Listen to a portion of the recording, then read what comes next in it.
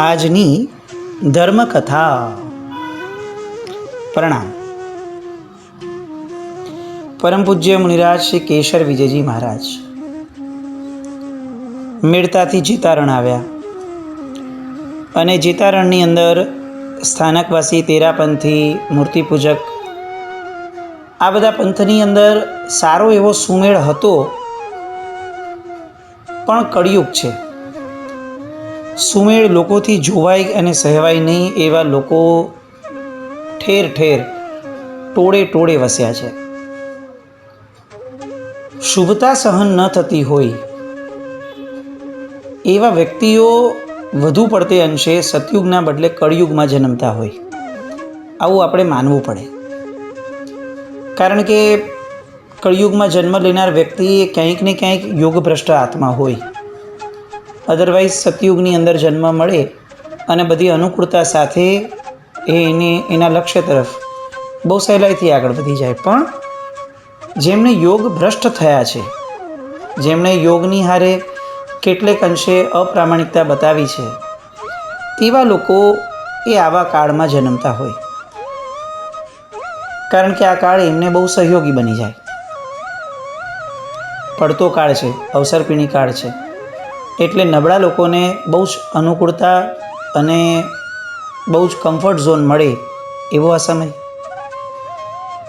જીતારણની અંદર એવું જ થયું. બધું બરાબર ચાલતું હતું, પણ કેટલાક લોકો જોરશોરથી આ વાત મૂકવા લાગ્યા કે કેટલાક પ્રશ્નો શાસ્ત્રાર્થનો આપણે ચર્ચા કરવી છે, અને લોકો ભરમાવા પણ લાગ્યા. સારી શ્રદ્ધાવાળા અત્યાર સુધી ભેગા રહેલા લોકો એ બધા પણ ધીરે ધીરે એમની વાતમાં આવવા લાગ્યા. આ કળિયુગનો એક સ્વભાવ જાણવો કે નબળી વાતો તરત આકર્ષી લે.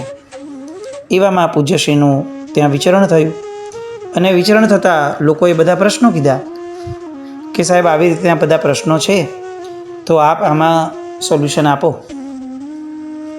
આ કેશર વિજયજી મહારાજ હતા. જમાનાના બહુ ખાધેલ એ શબ્દ એમની માટે ઉપયુક્ત નહીં ગણાય, પરંતુ શાસ્ત્રોની પરિમિત બુદ્ધિ દ્વારા, પરિકર્મિત બુદ્ધિ દ્વારા એટલા ચપળ અને એટલા સુયોગ્ય અંશે દીર્ઘદ્રષ્ટા હતા કે કોઈ પણ કાર્ય બહુ ચોકસાઈપૂર્વક કરે. આપણે ત્યાં માર્ગાનુસારીના ગુણો અને શ્રાવક કેવો હોય એની જે વાત આવે છે, એમાં એક સરસ મજાનો ગુણ છે. શ્રાવક કેવો હોય તો કે શ્રાવક અષટ હોય. અષટ એટલે શું? તો કે એ લુચ્ચો ન હોય. હવે એ પ્રશ્ન થાય કે શ્રાવક લુચ્ચો ન હોય આવું તમે ગુણ તરીકે કીધું, તો એની જગ્યાએ તમે એમ કહી શકતા હોત કે શ્રાવક ભોળો હોય કે શ્રાવક સરળ હોય. તો એવું કેમ કીધું કે અષટ હોય? એટલે એના ખુલાસામાં બહુ સરસ વાત કરે છે કે ભોળો અને સરળ એ શબ્દો અત્યારે લૌકિક રીતે જે રીતે લેવાય છે ને, એમાં ક્યાંક ને ક્યાંક એવી રીતની છાપ ઉપસે છે કે એને ઉલ્લુ બનાવવો કે એને ફેરવી નાખવો એ બહુ સરળ બની જાય. ભોળો માણસ હોય એને એમને મેં ફેરવી દેવાય. સરળ માણસ છે એને ઉલ્લુ બનાવવામાં શું વાર લાગે? પણ શબ્દ વાપર્યો અષટ, એટલે કે એ લુચ્ચા ન હોય. એનો અર્થ શું થયો? કે ચપળ હોય. એ કોઈનું બુરું ક્યારેય ન કરે શ્રાવક, પણ પોતાનું બુરું થવા પણ ન દે એ શ્રાવક. એ આ ગાંધીવાદી થિયરીમાં ન હોય કે કોઈ એક ગાલ ઉપર લાફો મારે તો લાવો બીજો ગાલ આપો, પછી બે ગાલ ઓછા પડે તો એને કહે કે ભાઈ હજી તારે ક્યાં ઈચ્છા થાય છે એ તને આપું હું. આ થિયરી શ્રાવકની ન હોય. આ વર્ધમાન સ્વામી ભગવાનની અહિંસા છે. અહીંયા આપણે કોઈને ઉલ્લુ ન જ બનાવવા, આ પરમ સત્ય. પણ આપણે ઉલ્લુ બની જવું એ સત્ય નથી, અને એમાં એ શ્રાવકના જીવનમાં તો કોઈ કાળે શક્ય નથી. એટલે અષટ એ શ્રાવકનું લક્ષણ હોય તો પછી આ શ્રાવકના માથે જે ગુરુ બેઠા છે એ ગુરુ ભગવંતો તો કેવા ચપળ હોય, કેવા વ્યવસ્થિત બધી ચોકસાઈપૂર્વકની વિચારણા કરેલા હોય. એટલે અહીંયા કેશર વિજયજી મહારાજ સાહેબે આ બધી પરિસ્થિતિ સમજ્યા પછી કન્ડિશન મૂકી કે જુઓ, હું આનો નિર્ણય લાવીશ, બહુ સહજપણે લાવી શકીશ, અને એ શાસ્ત્રની બુદ્ધિથી લાવીશ. કોઈ એક પક્ષની વાત નહીં કરું હું કે ક્યારે પણ, પરંતુ તમે બધા મારી વાત માનશો એની ગેરંટી શું? પહેલાં એક લવાદ નિયમો, લવાદ એટલે એક સમિતિ નિયમો, કે જે સમિતિ બંને પક્ષ પાસેથી સાઇન કરાવીને લે લિખિતમાં કે અમને આ જે પણ વચ્ચે અમે કેશર વિજયજી મહારાજને રાખીએ છીએ એમના દ્વારા જે નિર્ણય લેવાશે અમને માન્ય રહેશે. આવું સાઇન કરીને આપો તો હું મહેનત કરું, નહીં તો હું શું કામ મહેનત કરું? વાત તો બહુ વ્યવસ્થિત લાગી બધાને. એટલે બંને પક્ષને વાત મુકાઈ. બંને પક્ષને કેશર વિજયજી મહારાજ સાહેબ ઉપર બહુ સારો ભરોસો હતો. એટલે બંને તૈયાર થઈ ગયા કે અમે સાઇન કરી દઈશું.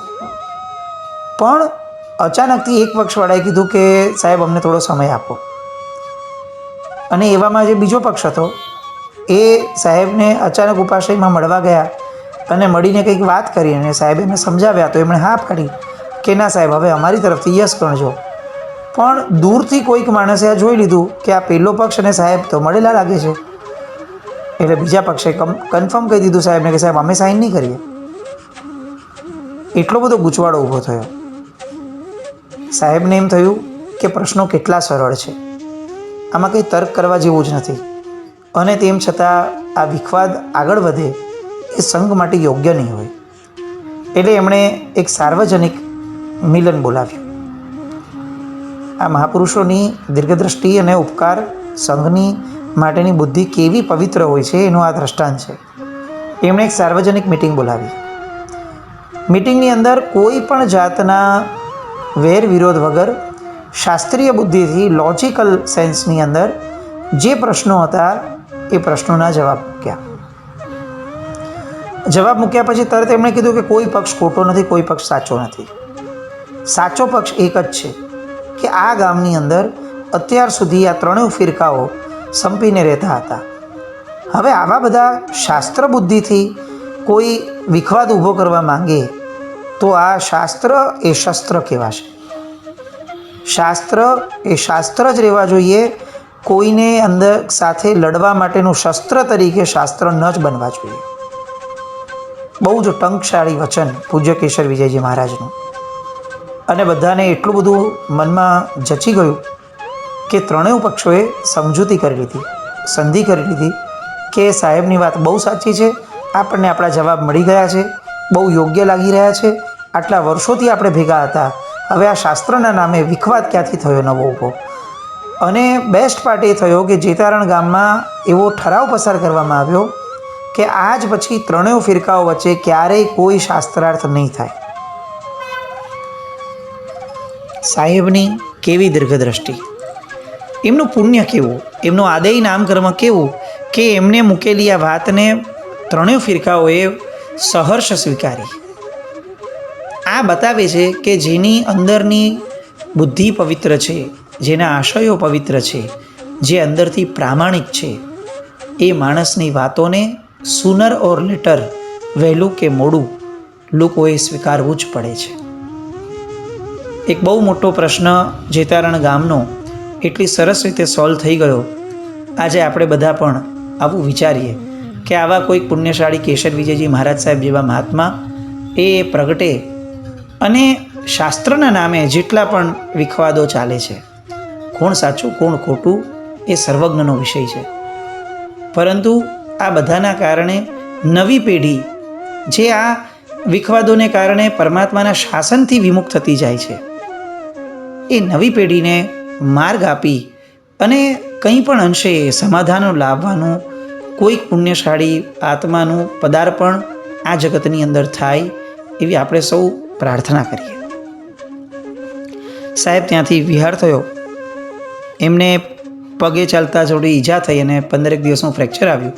એટલે સાહેબે ત્યાં સ્થિરતા કરવી પડી. ત્યાંથી આબુ વગેરે જિનાલયોના દર્શન કરી અને કમલસુરી મહારાજ સાહેબ માંડલ હતા એટલે બધા જ માંડલ ભેગા થયા. ત્યાંથી વાંકાનેર રાજકોટ થઈ અને ચાતુર્માસની વિનંતી જામનગરની હતી એટલે ગુરુ ભગવંતો જામનગર પધાર્યા. જામનગરની અંદર બહુ સરસ રીતે પ્રવચનો ચાલ્યા. આપણને બહુ આશ્ચર્ય થાય કે જામનગરના ચાતુર્માસના 4 મહિનાના પ્રવચનનો મુદ્દો અને વિષય ફક્ત એક સિંગલ વિષય હતો, અનિત્યતા. કોઈ માણસ અનિત્યતા શબ્દ વિશે 4 મહિના સુધી વિસ્તાર કરી શકે એ ગુરુ ભગવંતની પ્રજ્ઞાશક્તિને આપણે કઈ રીતે પોંખવી એ સવાલ લાગે. અનિત્યતા શબ્દ ઉપર, અનિત્યતા ભાવ ઉપર, અનિત્યતાની ભાવના ઉપર સાહેબે આખું ચાતુર્માસ પ્રવચન કર્યું. અને હકડેઠઠ લોકો આવવા લાગ્યા. એટલી હદ સુધી લોકોનો ફ્લો વધ્યો કે ઉપાશ્રય નાનો પડવા લાગ્યો. લોકો બહાર ઊભા રહેવા લાગ્યા.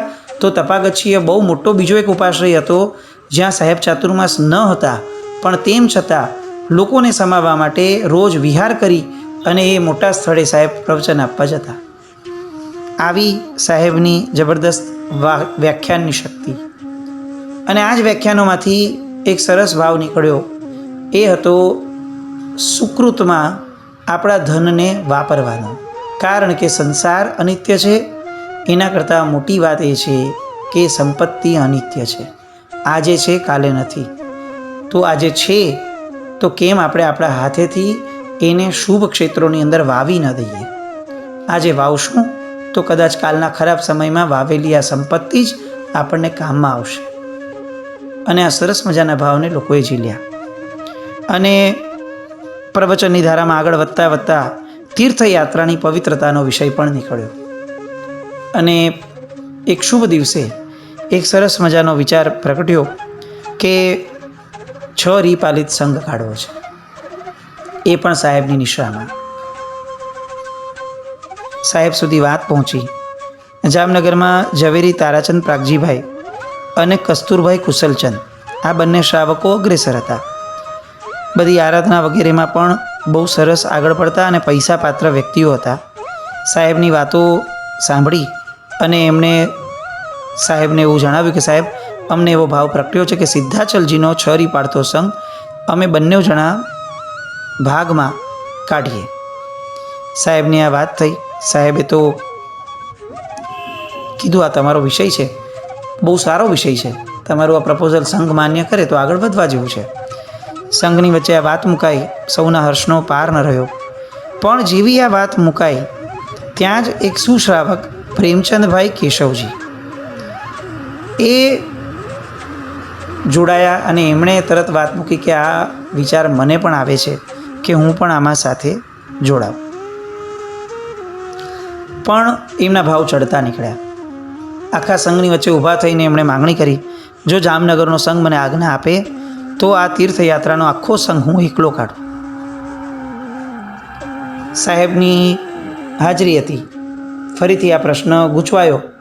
પેલા 2 જણાએ માંગણી પહેલેથી કરી લીધી હતી. હવે આ નવી માંગણી આવી કે સાહેબ મને એકલાને લાભ આપો. પ્રેમચંદભાઈ એ કદાચ સંપત્તિ અને પુણ્યની દ્રષ્ટિએ પેલા બંને કરતાં બહુ વધારે હતા. પરંતુ આ તો સંઘ છે. અહીંયા પૈસાદારનું મહત્ત્વ ક્યાં હોય? સંઘે ગુરુ ભગવંતને નિર્ણયનો દોર આપ્યો કે સાહેબ આપ નક્કી કરો. અને કેશર વિજયજી મહારાજ સાહેબે પાઠ ઉપરથી બહુ જ પ્રામાણિકપણે અને સ્પષ્ટતાથી આ વાત કરી કે અહીં ભાવની કિંમત છે, દ્રવ્યની નહીં. આ સંઘ છે, 25મો તીર્થંકર છે. એટલે અહીં અનુશાસન એ સૌથી મહત્ત્વનું છે. સૌથી પહેલાં જે 2 ભાઈઓએ આ વિનંતી કરી છે એ ભાઈઓનો હક છે કે એ લોકો સંઘ કાઢે. એટલે પ્રેમચંદભાઈને અહીંયાથી સાહેબે જણાવ્યું કે તમે 3જા ભાગ તરીકે એમની સાથે જોડાઈ શકશો. પ્રેમચંદભાઈએ ફરી આગળ વિનંતી કરી કે સાહેબ, એમની ભાવના સિદ્ધાચલજીનો 6 રીપાલિત સંઘ કાઢવાની છે, તો સંઘ મને એવી અનુમતિ આપે કે હું ગિરનારજી અને સિદ્ધાચલજી બંનેનો સંઘ કાઢું. આ વાત તો બહુ સ્પષ્ટ અને બહુ સરસ વધારવા જેવી લાગી કે આ તો ઉત્તમ ઘટના થશે.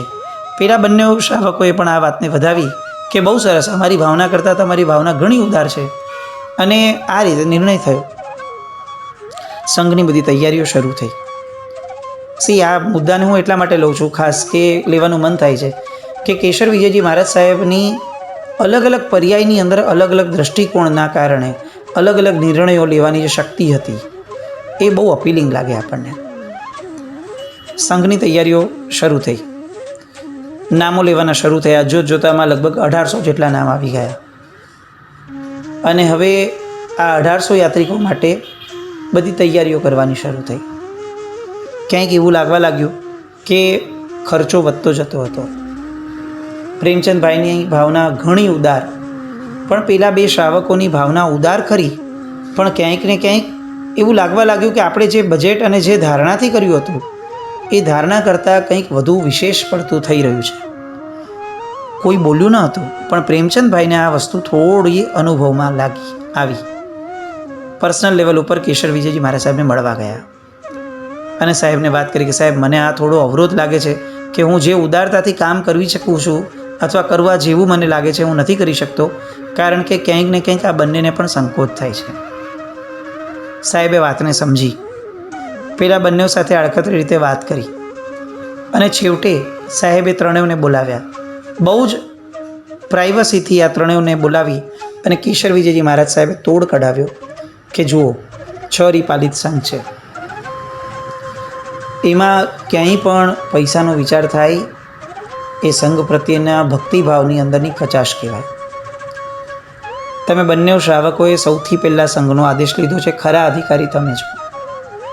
પ્રેમચંદભાઈની વાત પણ સાચી છે કે સંઘ ઉદારતાથી થવો જોઈએ અને કેટલીક ઉદારતા એ બની શકે કે તમને એ બરાબર ન પણ લાગે તમારા બજેટ પ્રમાણે અથવા તમારી ધારણા પ્રમાણે.